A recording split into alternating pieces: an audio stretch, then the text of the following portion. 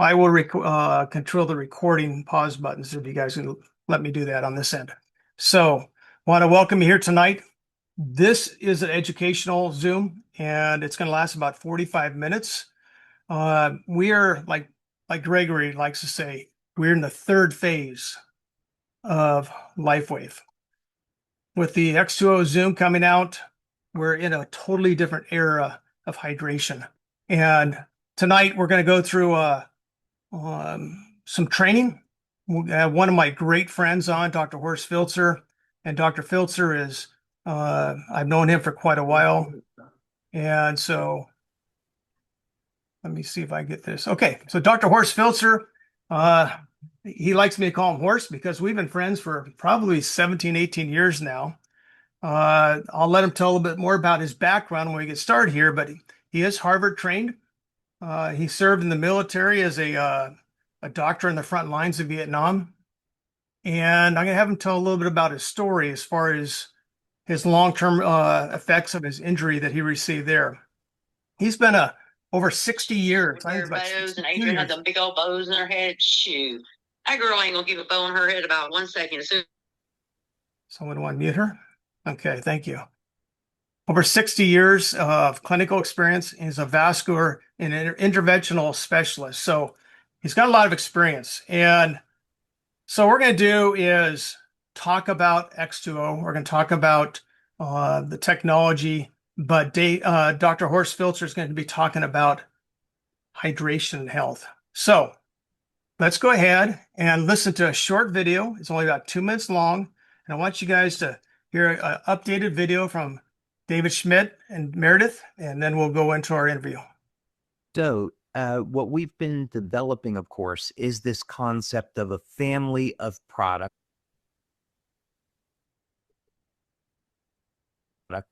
that all work together, where everything fits together. So when people are introducing someone, when our brand partners are introducing someone to LifeWave, they should be leading with X39. We've shown through our brand partners, our leaders, that this is our top selling product.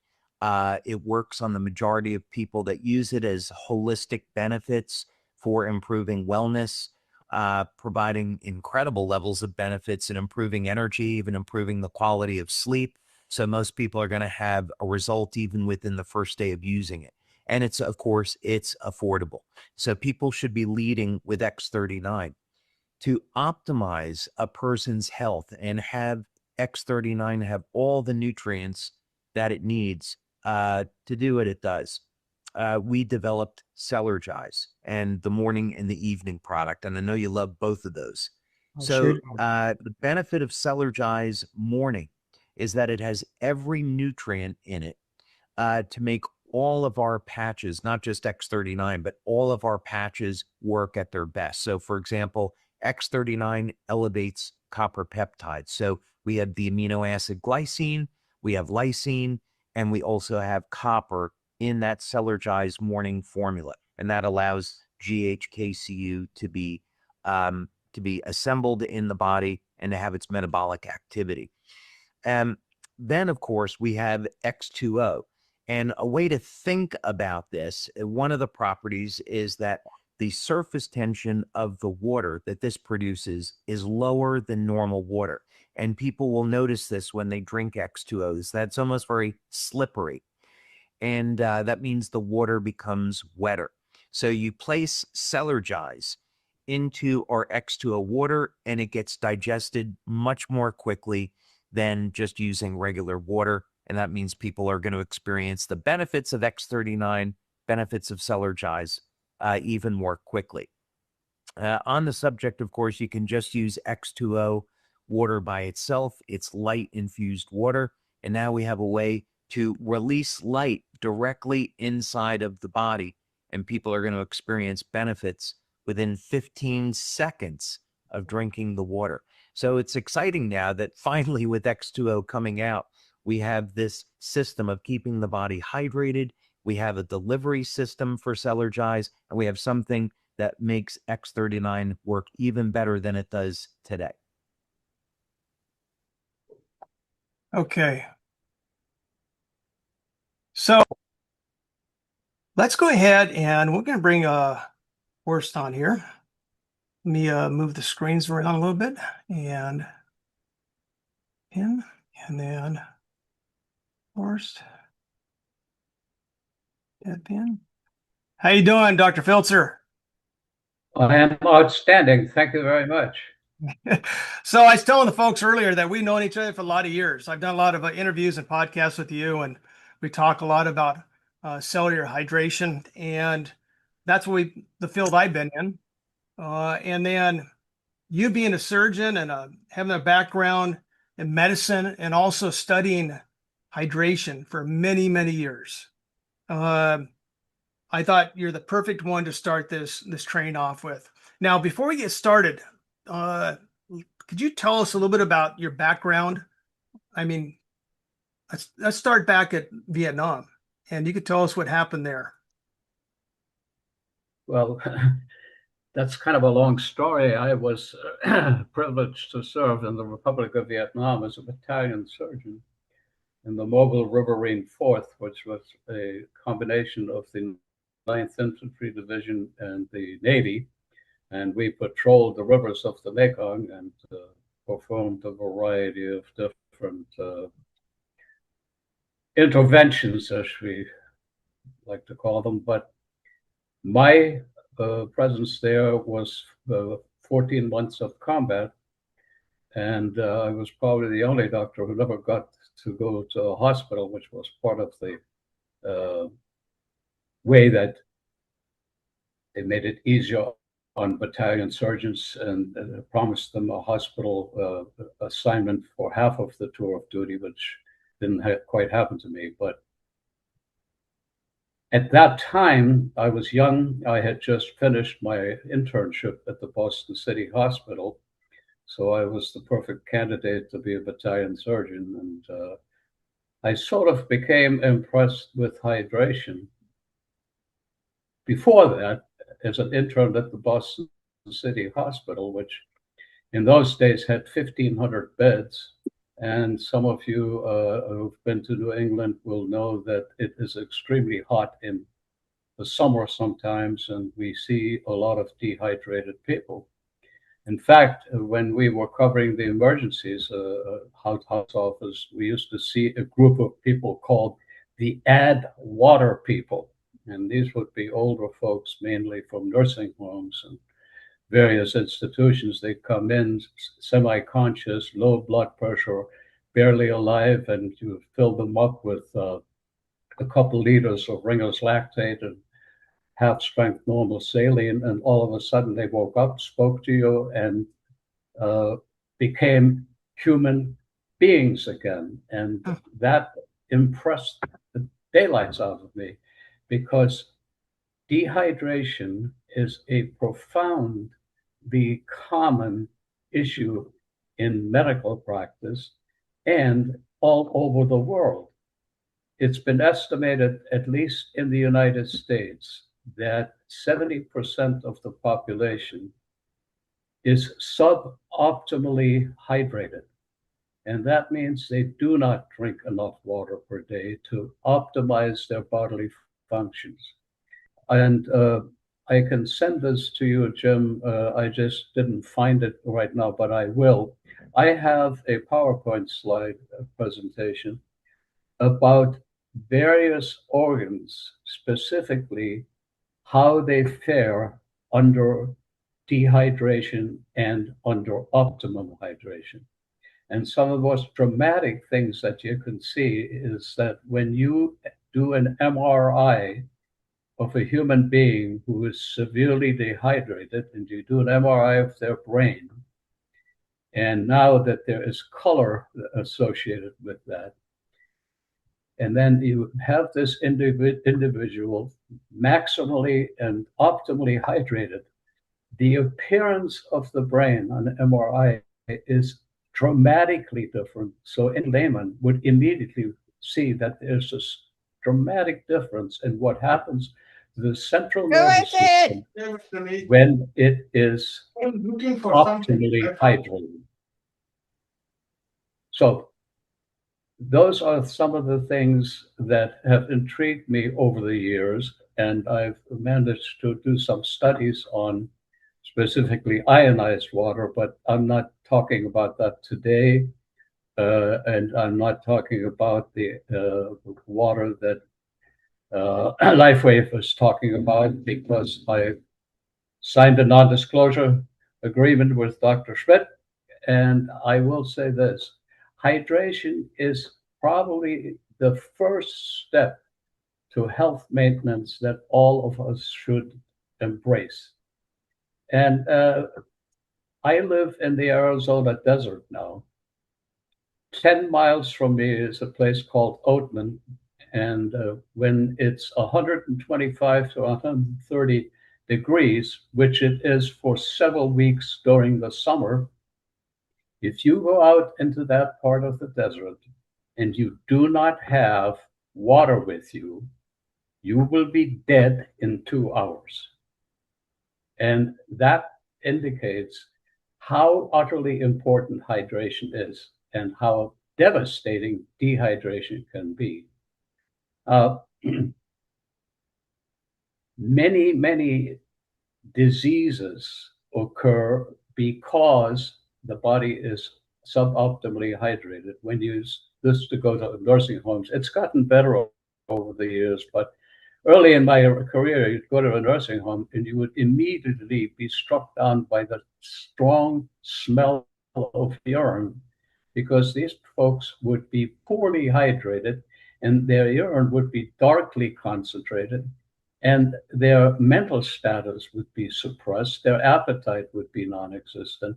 And just by insisting on adequate hydration, a lot of these folks had a much greater quality of life. In fact, the European Union has done studies and has resulted in mandating that the urinary concentration and the pH and the concentration be checked in all nursing home residents at least 3 times a week, and that they have to meet a standard of dilution of the urine that reflects adequate hydration. And they've made that into law. That's how important people in the healthcare industry think hydration is. Now, many waters have been described as healing waters, for example. We talk about Lourdes, we talk about different springs all over the world, in Mexico and Spain, different waters, and also in the Himalayas, where there are special waters that are supposedly account for longevity out of proportion to the rest of us. But suffice it to say, it is interesting that these particular waters, when they are studied and scrutinized, have a different composition and they have electrical activity. Now, glacier water is particularly known for that, and that's because electrical energy is generated and imparted onto the water as it melts by currents that are formed electrically due to the movement of the glacier. So this is a real finding and antedates the invention of ionized water, for example, which I have been a part of and have studied. So we cannot underestimate the effectiveness of adequate hydration by itself, notwithstanding, say, ionized water or LifeWave water as a different modality that works better, but clearly in itself, simple water alone has a health benefit, and that needs to be exploited and maintained. I agree 100%. It's like I said, we've done a lot of interviews and podcasts on water.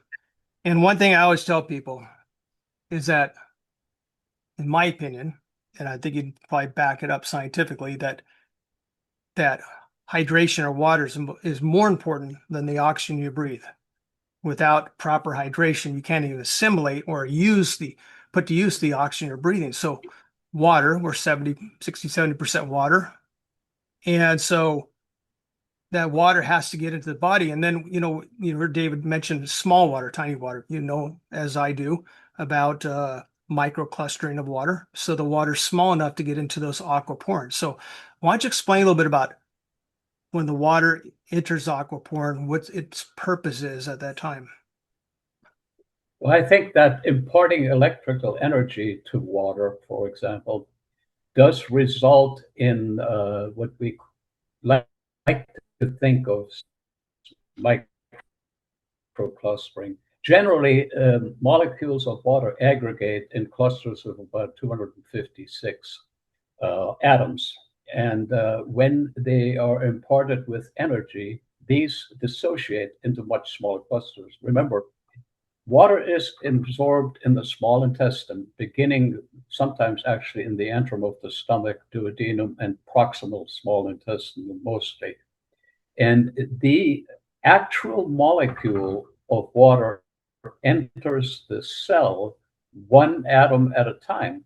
So that if you first get into the villi or the little spaces in the intestinal interstitium, and you have smaller clusters, smaller molecules, more will be absorbed. And I will tell you that the absorption of water is highly variable depending on different people and different types of water, because remember, some of it can be hard water with a lot of minerals and other things within it. So when you can enhance the ability of the intestinal tract to absorb the water by promoting it into smaller clusters of atoms, that's a true and genuine advantage, and it works. There is the University of South London has a huge department of water chemistry, and they've studied this extensively, and there is no question that these molecules exist in the different and variable sizes, and that the smaller molecules clearly seem to impart a greater health benefit. Right. And I think that's the reason why this water technology is so different from everything else on the market. When you have water that's small water, tiny water, microcluster water, and it's getting into those aquaporins, those little cellular openings more effectively, anything that's in the water goes in with it. So if you're not removing the forever chemicals, the microplastic, the PFASs, PFOSs, those type of things, that is also getting more delivered more quickly into the body. And so we want to do is we want to remove that. And that's what the filters do in this technology. I mean, the X2O system removes those products or byproducts that's in the water before it gets into your body. So that's the beauty of it. That's why when we take Celergize in the morning and Celergize evening, which I do the evening as well I take them both with the X2O water. And so it's delivering it more effectively into the cellular level. And as it does that, as it's delivering that hydration and whatever the nutrients are, it's also washing out the acidic waste that's in our body. So our body becomes less acidic, which most Americans are today. So as you look at water, what would you recommend as far as how much water should a person consume in a day? Well, a lot of it is temperature related, ambient temperature related, also physical activity related, and so on. But I would say that a minimum of 2 liters a day of free water, it should be pretty much drunk by every person. There are all kinds of formulas. They say, you should be drinking half an ounce per pound of body weight and all of this kind of stuff. But I would say just 2 liters of water throughout the day for a 70-kilogram person would be adequate hydration. However, the caveat is it's temperature related and activity related. So if it's 110 degrees out here in Arizona, people really most people I know will drink up to a gallon of water a day during those periods of time in the summer, because you evaporate so much more. we calculate the minimum requirement because in my younger days, I studied transplantation physiology, specifically in relationship to the kidney.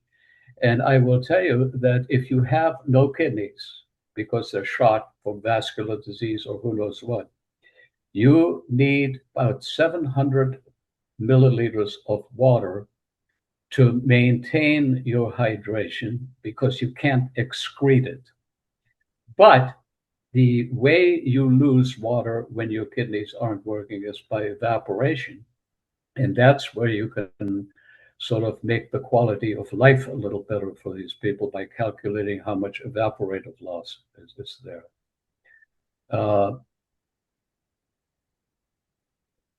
It's going to vary a little bit by person per person. A larger person would require more water. Why? Because they have a much larger body surface, and that causes greater evaporation.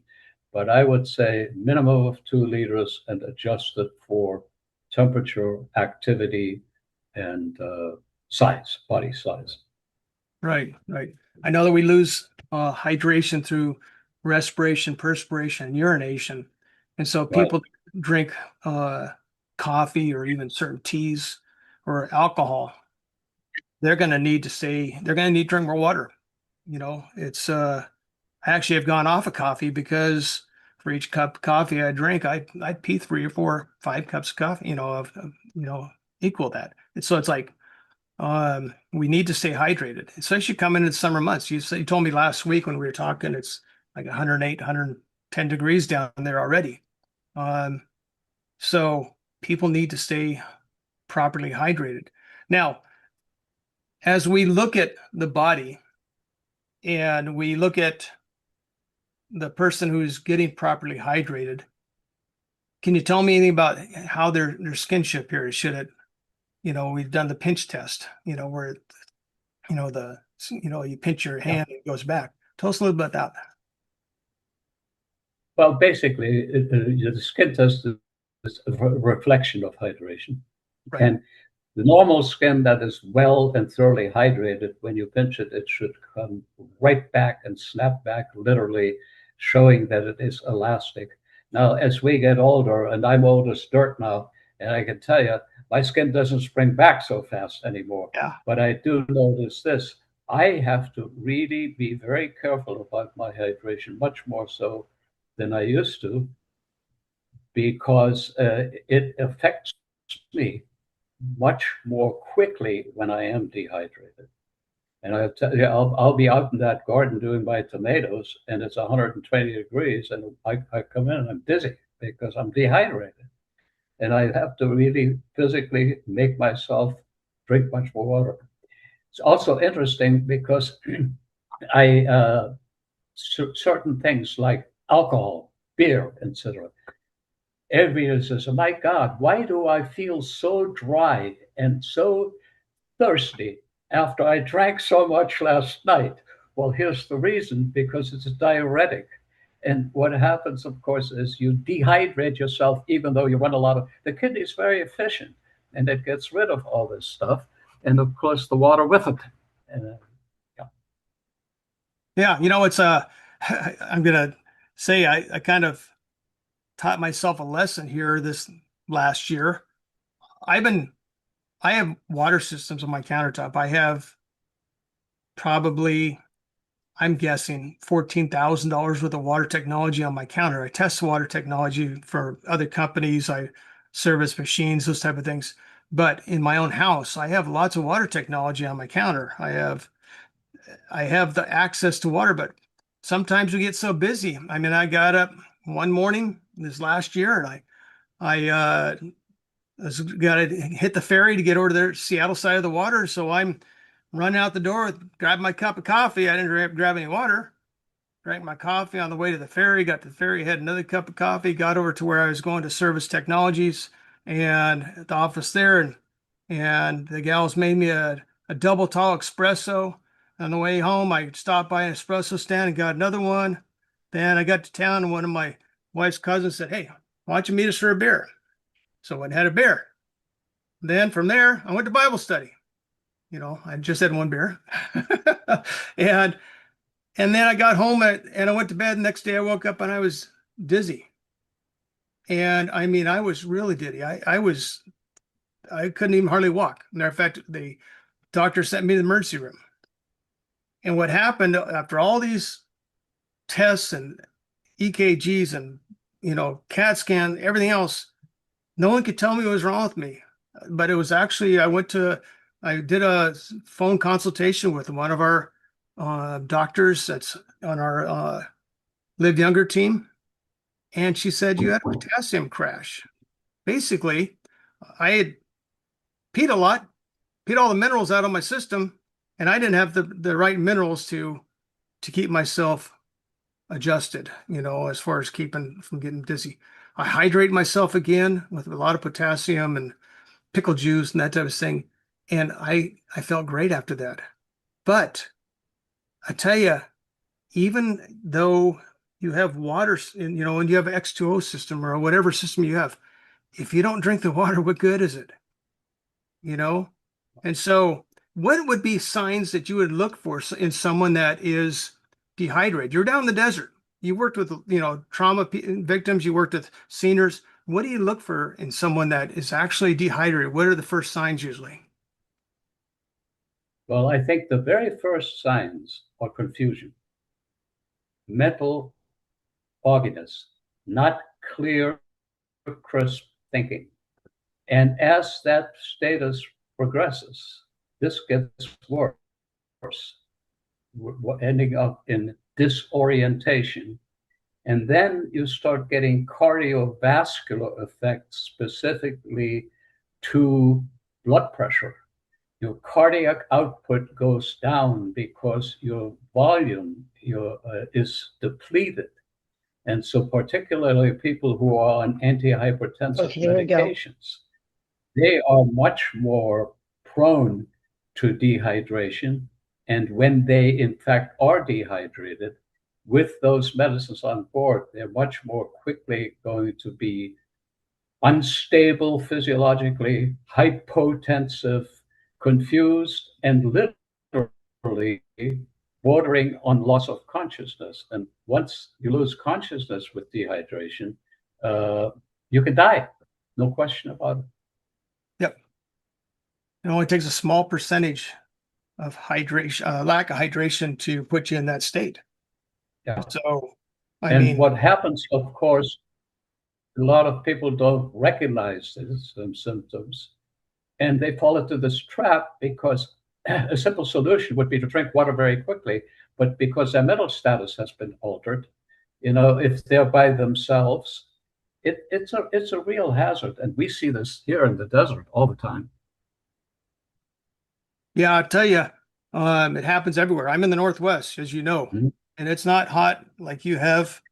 It's chilly and it's, you know, we got a lot of moisture, but we still, I tell you, it doesn't take a lot to get dehydrated. If you're going to the gym or you're drinking those things that are diuretics. Now, people are asking, I noticed a couple of comments in the chat real quickly. There's like, well, do we take all the minerals out of the water? Well, no, I can tell you right now, we don't take all the minerals out of the water. You know, it just, one thing that I've noticed, I've been drinking the water now for, I'd say almost 7 months or longer. I've been working with David Schmidt in the team for going on 2 years now to bring this to market. And like yourself, I'm under multiple non-disclosure, so I can't say certain things. But what I'll tell you is that the water, and you know, that I know how to measure the water because I've been doing it for a lot of years, a lot of years.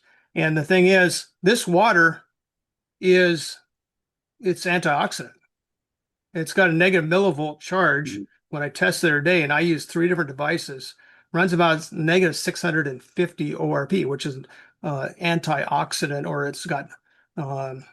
it is hydrogen rich water. And the water is also runs about 9.4 pH. Now, what does that mean? Well, what David Schmidt says to us that we need to do is drink 1 to 2 glasses on an empty stomach. He says that for a reason. He doesn't want you to drinking the water all day long. If you're new to this type of technology, It's not an ionizer, but yet it is an ionizer. We're a different type of technology. We ionize the water, but we also do is we embed photons of light frequency into the water. Now, I mean, this water here that I've got in my cup is not light water. It's light water, but it's not. It's my cup that does that. So as you drink the water, it's releasing those photons of light into your body. Now, the reason why we say drink 1 to 2 glasses when you first start drinking is because if your body's acidic and you don't live a really healthy lifestyle, most people with LifeWave are living a pretty healthy lifestyle, but a lot of them still, they're not. Their body's acidic. And so when you start drinking something that's a little more alkaline, your body can go into a detox. And so what I tell people is this: stick to your 1 to 2 glasses of water a day.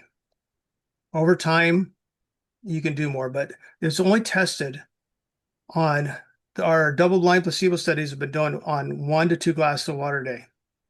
And so we can't tell you drink 3, 4, 5, or 6 glasses because that's what our testing is on. Just like our X39 patches, they're done in certain spots for a certain period of time. That is a reason why we stick to that protocol.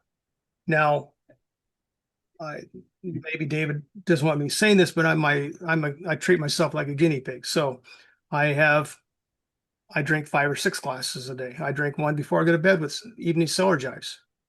I used to deal with leg cramps all the time, 4 or 5 times a night up with leg cramps.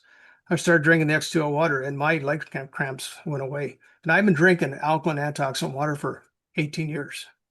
So what would you say to someone? I know that you don't have a machine yet. We're talking more or less on hydration today. What would you say to someone knowing that they're being introduced to something that's alkaline? Would you say that's a good word of advice, just 1 to 2 glasses? Well, I certainly think that you want a water that is not dead water. For example, the worst water you can drink is distilled water. There's nothing in there. There's no electric activity. There are no minerals, and a lot of the minerals that we ingest with water are good for you. And I think that you do need to pay attention to the quality of water. You also need to pay attention to the amount of water that you drink. And I think that certain waters that have electrical activity, however that is produced, whether it's by a current or whether by light refraction or whatever, those energy waters have a function of working, and I've studied this and I've actually published data on it, that they are able to augment favorably the energy produced in the mitochondria of the cell, within the human cell. Waters that have activity, that are not dead, that are alive with electricity, that energy is imparted to the mitochondria and doubles or even triples their ability to synthesize adenosine triphosphate. And that's huge when you think about that. Athletes do much, much better with waters that have energy imparted onto them. And I'm saying energy because I'm not going to talk about Kangen water or any of that thing. I'm just saying there are benefits of special waters. And I can't wait until I get the machine you and I are talking about. So tell me, did those X39 patches help you? Well, I can tell you, yes, they not only helped me.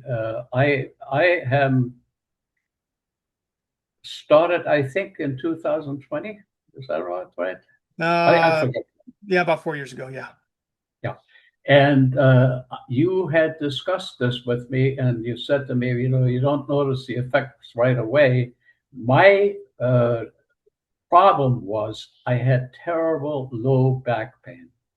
And I was going to a pain specialist who would do epidural steroid injections into my back about 2 or 3 times a year, and they helped me. They were okay. And I said, well, let me try this patch. And it was about 90 days, all of a sudden I started noticing I got out of bed without moaning, groaning, or having to support myself, to stand myself up. I'll be 85 in a couple of weeks. And I get out of bed, I stand up straight. My balance is not as great as when I was 40, but I'll tell you, I have zero back pain. I now have zero back pain for 3 years, none. And I would say 80% of my patients in my age group, they all have pains, all have aches and pains, and I have zero. I happen to have surgery in September that involved a significant amount of blood loss, and I came out of it anemic. My hemoglobin was 8 grams, which is pretty anemic. Hematocrit was 28. And I didn't feel good. I felt tired. I felt weak and what have you. So I started thinking, why am I not getting better faster? So I saw a friend of mine who's a hematologist, and he said, stop screwing about. Let's do a bone marrow on you to see what's going on. And he said he hasn't seen the bone marrow in an 84-year-old guy like that ever. And it was like I was 18. I mean, it's active. The cells are active. There's no replacement with fatty cells or anything. It's bone marrow. And so to me, I love it. That's I'll great. never stop taking it. Yeah, you mentioned something about neuropathy issue sometime, didn't you? Well, I do have some degree of neuropathy, but again, the pain part is gone. I Yeah. have some numbness, but I'm not have that lancinating pain that you get. I'm not diabetic, which helps, but I will say this: it's a better mousetrap. That's all I'll say. Yeah. And you're still working at 85. I mean, it's like, Well, I tell you, I tried retirement, and I have to say it wasn't for me because how many tomatoes can I plant? And after a while, Cheryl and I have been married 47 years, and I love her dearly, but I need to see people. I'm sorry that I can't do surgery anymore. I had a devastating fracture of my left hand, and besides that, malpractice insurance for 80 plus year person is unattainable financially. But I do primary care now, and my specialty kind of are people my age, because as a surgeon, I think a little differently than most internists do. I try to avoid pills. I try to get people educated in a little bit better lifestyle. You don't need to drink 6 beers in the evening. 1 or 2 is fine. You need to watch your diet a little bit. There is nothing wrong with eating vegetables. There's nothing wrong with changing your habits, on how you approach food. And I have to say, I'm impressed with RFK. Never liked the guy in the past because I'm a lifetime Republican. And that's the way I'll be until I die. But he's right about one thing. We got to get back to real food. Let's stop what they put into these things. It's insane. Every time you read a label on something where there are unpronounceable ingredients, throw it away. Don't touch it. Go to the periphery of the grocery store where they got the fresh meat, the fresh fish, the fresh vegetables, do your shopping there. Forget the cans.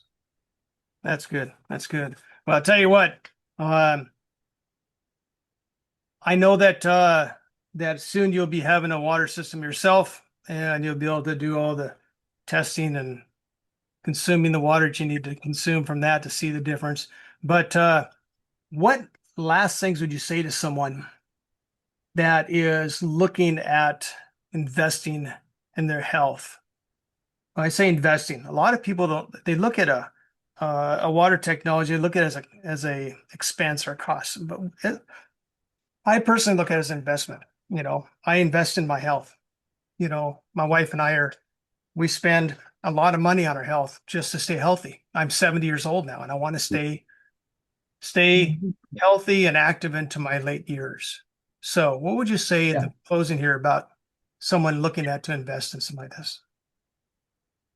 Well, let me say this. I have invested in a machine that cost $6,000, and that's the best money I've ever spent because it happens to be a good quality machine. So I've had it for 16 years, and I still use it every day.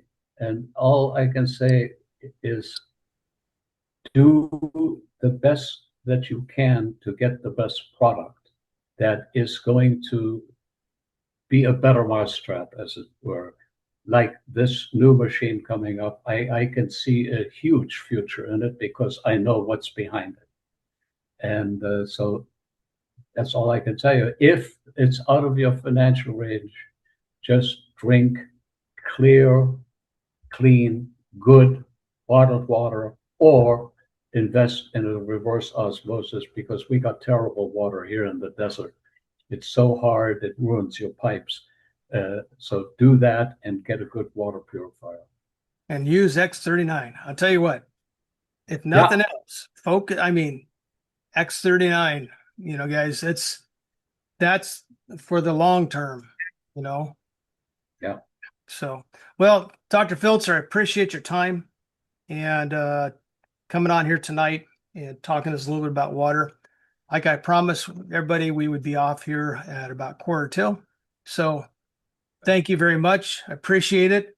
And let me see if there's any of our people watching the chat. Is there any questions that stood out that you thought that maybe I should ask Dr. Filtzer? I think we got most of the questions. We've been Thanks. answering them. Okay. Thank you, Being. I appreciate it. I want to thank those who helped me out tonight, keeping the lines clear. And I know we hit 1,000 people, and that's all the lines that hold. So maybe for next week with Meredith and with David Schmidt, we'll have to increase that to 2,000. So thank you, Horst. Thank you guys for joining us tonight. And we will see you next Monday night. Same time, same place, same station. So thanks, guys. How soon will it be available for everyone. the repeat? Thank you. Thank you, everyone. Awesome. Thank you so much. Thank Thank you for Thank this so much. Amazing information. Thank you for the information. Amazing. Good night. Thank you. So much. It was awesome. Night. Thank you, Jim. Thank you.